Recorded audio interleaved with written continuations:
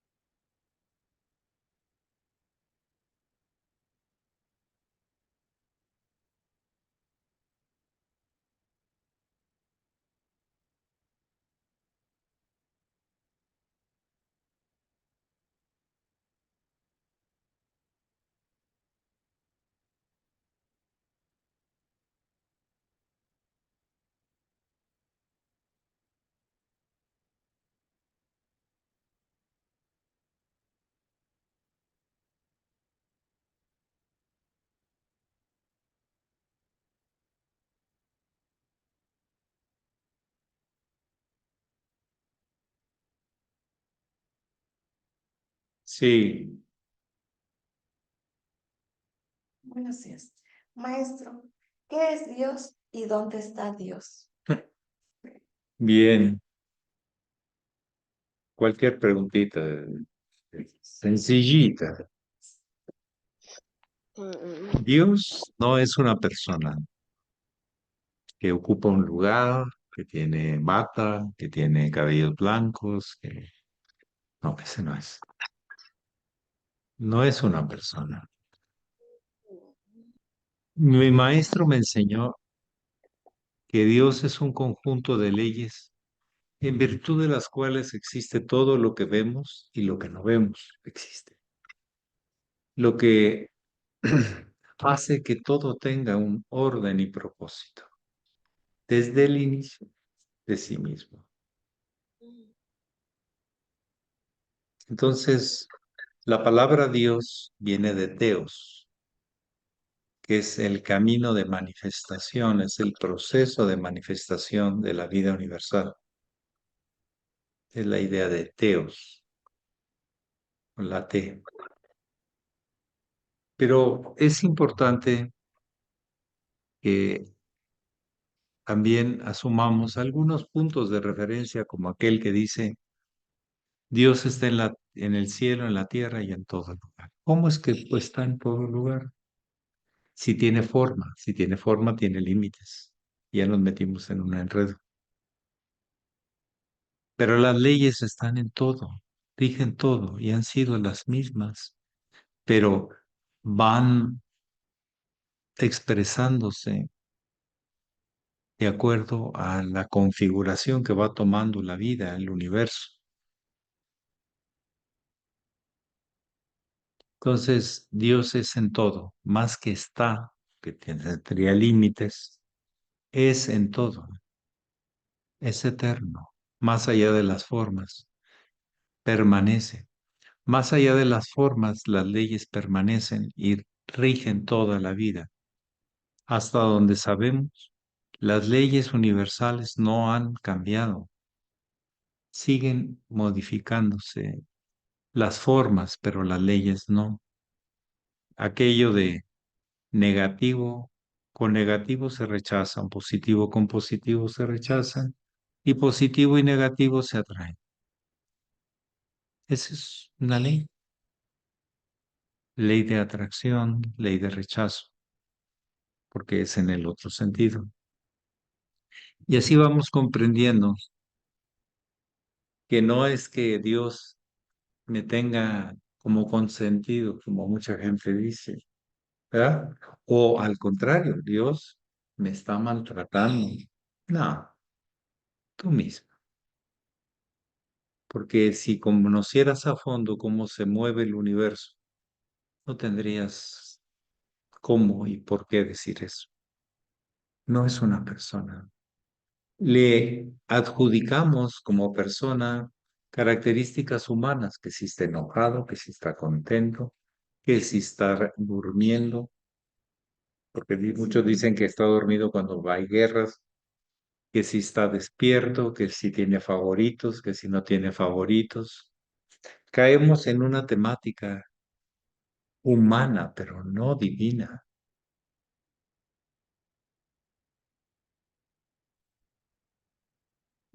Es la recreación eterna a través de leyes. Se dice que Dios es la gran ley o el conjunto de leyes, pero no está en un lugar, es en todo, más allá de las formas, más allá de sus manifestaciones. Es a lo que la Biblia se refiere como primero veréis mis reflejos y luego me veréis cara a cara.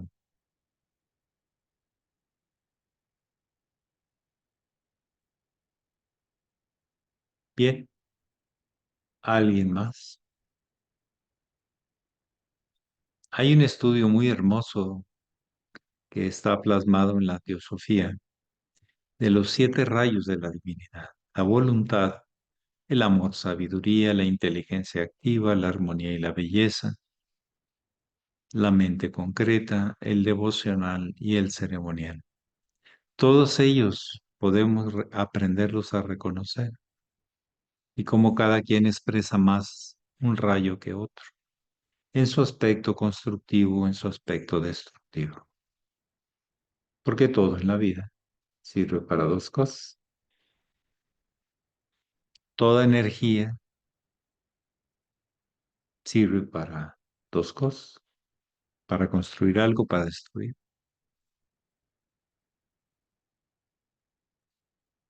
Todo impulso que tenemos nosotros desde lo más profundo de nosotros mismos sirve para dos cosas: para destruir o para construir. Y eso los científicos en lenguaje científico le llaman entropía, la capacidad de destrucción. Y la capacidad de construcción le llaman sintropía.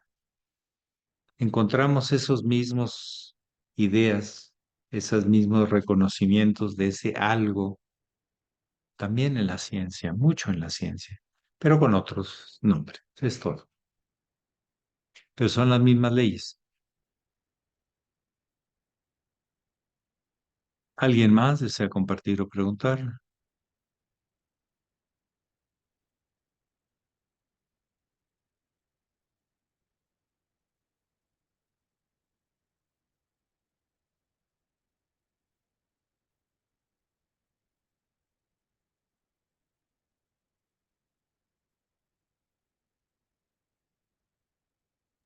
¿Ustedes tienen la palabra? Sí, Alejandra. Buenos días, maestro. Buenos días a todos. Maestro, ¿por qué en ocasiones cuando nos pasa algo que decimos, híjole, mala suerte o no, o voy a poner un ejemplo, se descompone la computadora y no, ¿qué voy a hacer sin la computadora? La necesito. Pero ya después, ya que compra uno una nueva, que es mejor, es más rápida, o sea, ya ve y dice, ah, pues creo que estuvo bien, porque si no se hubiera descompuesto, no hubiera comprado otra para que fuera mejor, para que me diera mejor servicio, lo que sea, ¿no? Algo así. O sea, a veces en el momento no sean las cosas y como tragedia, a veces a corto o a largo plazo, decimos, ay, creo que fue lo mejor. Pero en ese momento, ¿por qué nos cuesta trabajo comprender lo que nos sucede?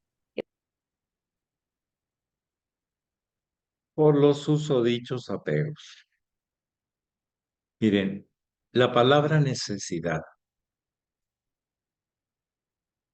muy pocas cosas realmente necesitamos. Necesitamos respirar, necesitamos comer, cuando pues ya hemos dejado varias horas sin comer. Necesitamos dormir, porque si no, todo el cerebro se desbalancea y empieza en crisis. Empieza a olvidar cosas, no se concentra, está divagante, si no dormimos lo suficiente, etcétera. Para sobrevivir bien. Ahora, necesitamos tener un objetivo en la vida, una dirección, no podemos ir a varias en el mismo momento, porque eso va a encaminar nuestros esfuerzos hacia algo constructivo y no destructivo.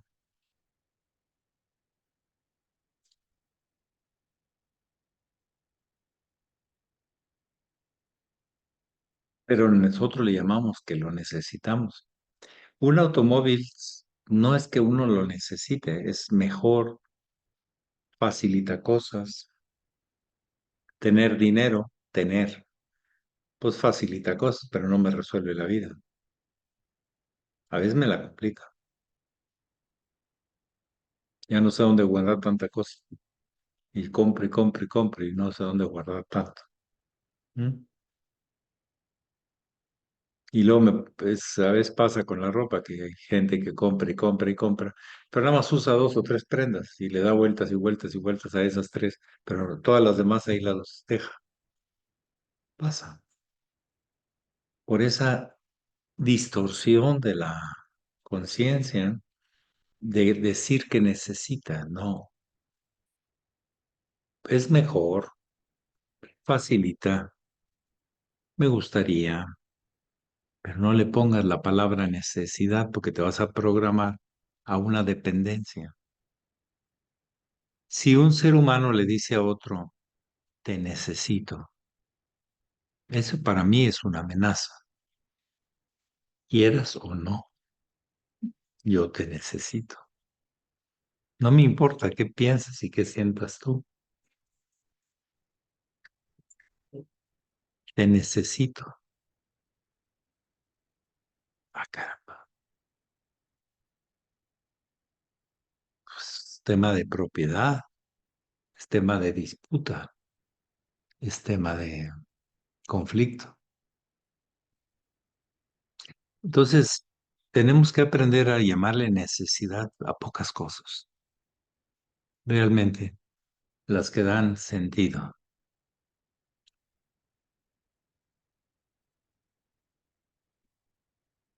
y no a las que son formas de evadir tu responsabilidad. Hay cosas que uno puede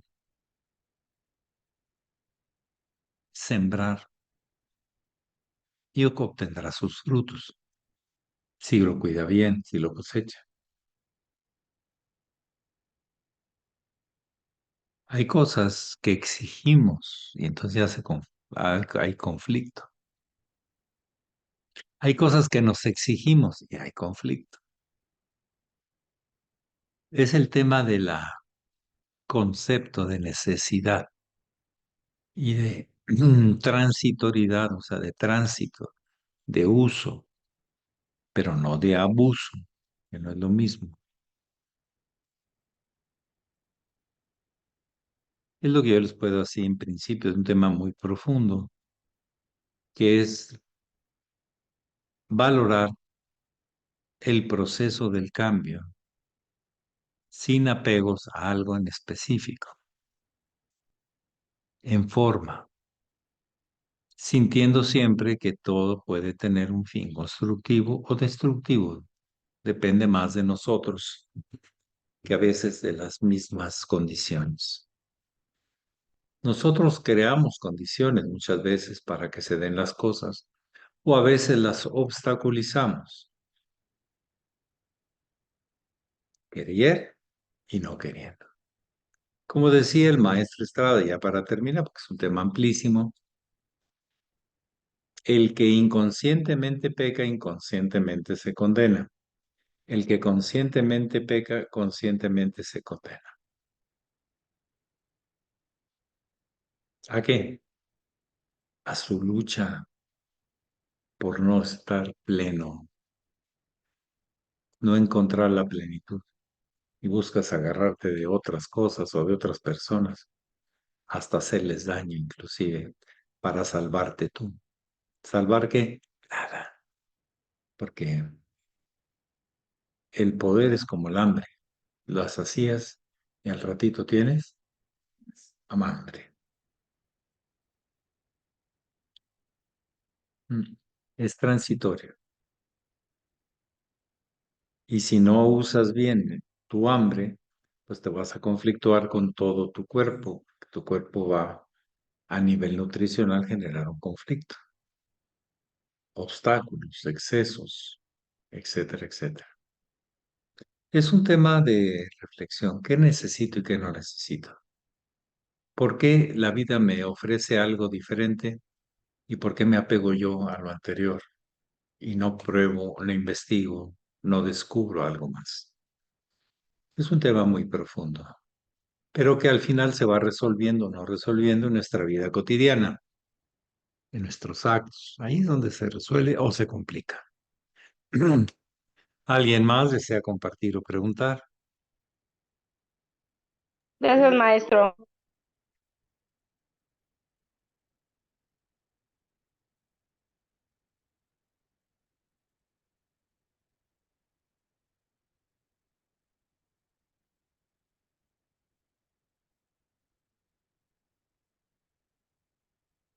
Sí, adelante, doña Eva.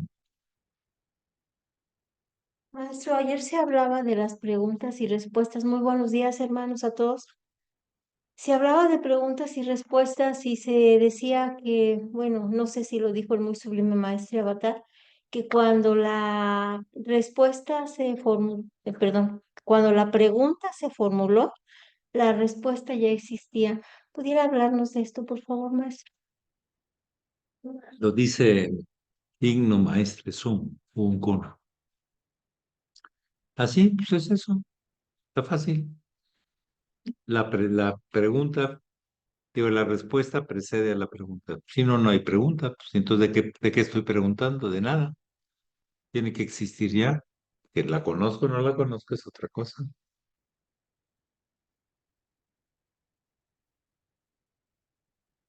Para reconocer la respuesta, necesito saber bien a fondo el contenido de la pregunta. Y el contenido es la respuesta.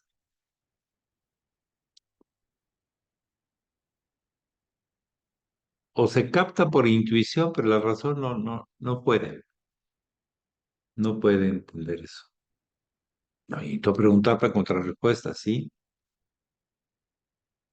pero la respuesta precede a la pregunta.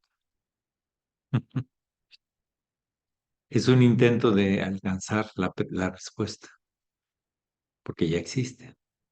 Adelante, Constantino. Está fácil. Buenos días, muy honorable maestro. Buenos días a todos los presentes. Maestro, la iniciación se debe de ver como am,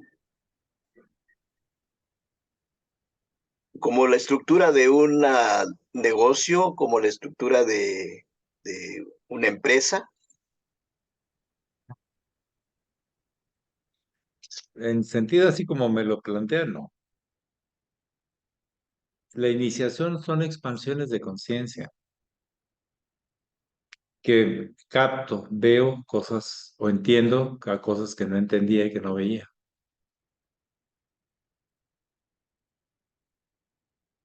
No es una institución. La iniciación no se puede institucionalizar. Se puede hacer un proceso de expansión sobre temas, sobre cosas, pero al final unos lo expanden y otros no, o nadie. Muy pocos realmente entran a un proceso iniciático, pero gracias a ese proceso iniciático, su vida toma otros valores, otras perspectivas. Se inicia uno en diferentes niveles, pero no garantiza el estado de conciencia.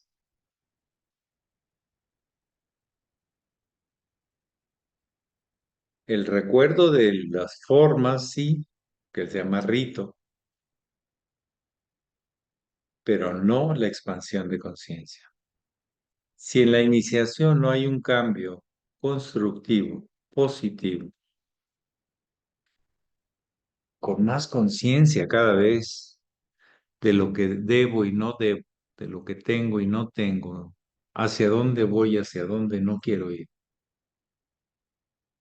Pero tiene que ser siempre en proceso de expansión, de más. O sea, es que yo tuve una iniciación hace 10 años y eso, y todos los 10 años para acá, ¿qué? Son expansiones de conciencia, son romper un acondicionamiento, un límite y abrirme hacia algo más claro. Ahí el ego va a ser alguien que te va a tratar de obstaculizar eso, porque a él le gusta lo que conoce, lo que domina, lo que controla. Y claro, está basado en el pasado. Y la expansión es presente puro.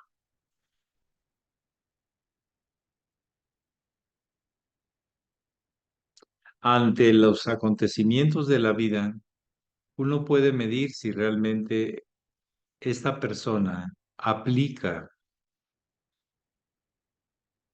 las grandes enseñanzas o directrices, las grandes fórmulas de los grandes maestros hacia la alta iniciación. No son frases, son orientaciones, son propuestas a ser realizadas, no nada más a ser memorizadas. Aunque se ve bonito y uno se siente muy bien memorizándolas. Pero el profundo sentido, hay que morir para nacer. Hay que dejar de tener esa imagen de mí mismo que tenía por algo mejor, algo diferente. Y entre más grande la conciencia se expande, uno comprende su pequeñez, su calidad discipular, su necesidad de aprendizaje.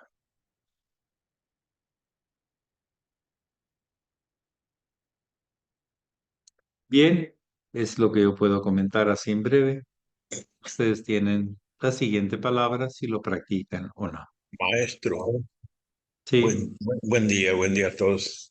Sí, la expansión de la conciencia, pero sí, también agregaríamos en base a las experiencias vividas, buenas o malas, de nuestra condición humana. El alma, claro está, ya lo sabemos, es el intermedio entre eh, la razón, la parte física, sí, la realidad y esa fuerza superior trascendental que llamamos la verdad, Dios, para irnos acercando más a ello. ¿Sería así también, más o menos, en base a las experiencias vividas? sí, pero lo bueno y lo malo es relativo. A veces, pasando experiencias malas, entre comillas, desapegamos y entendemos que nos habíamos perdido mucho. Y a veces con las Sí. experiencias buenas, si nos apegamos, buenas entre comillas, dejamos de tener ese proceso de expansión. Los orientales, con mucha sabiduría, en el caso de la línea Zen, ellos hablan de pequeños chispazos y de grandes chispazos, y que nunca sabes cuándo vas a tener la chispa. Ah, es el eureka, creo que fue Eurípides el que gritó eureka, pues salió desnudo de ahí de la tina de baño donde estaba y dijo, por fin lo encontré. Eureka, eureka, eureka. Son momentos de claridad, Intuición. pero sí, claro, interviene la intuición, eso es un tema de certeza, pero el proceso se le llama iniciación. Pero si no hay chispa, no hay más luz. Por eso les digo que ingeniosamente usaron la fórmula de chispazos, de como de rayos que conectan, pequeños satoris y grandes satoris. En la India le llamaron iluminación. En el norte, en China, le llamaron, ya cuando fue transformándose en Zen, chispazos, momentos, satoris pequeños o satoris más grandes. Pero hay que intentar la disciplina diariamente para ver cuándo vienen esos chispazos. No es programable. Hoy voy a tener 3 chispazos. Pues no, no es así. Se dan cuando se dan, porque las circunstancias y tú estás dispuesto a morir y a nacer. La iniciación está muy ligada al proceso de muerte-nacimiento.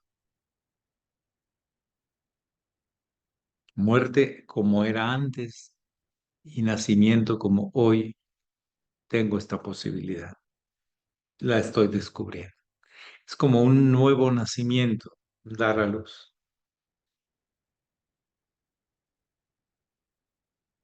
Bueno, pues que pasen muy bonito día. Les mando un fuerte abrazo. Pax. Pax, Pax. gracias. Gracias, maestro. Bye. Abrazos. Gracias, maestro. Mañana.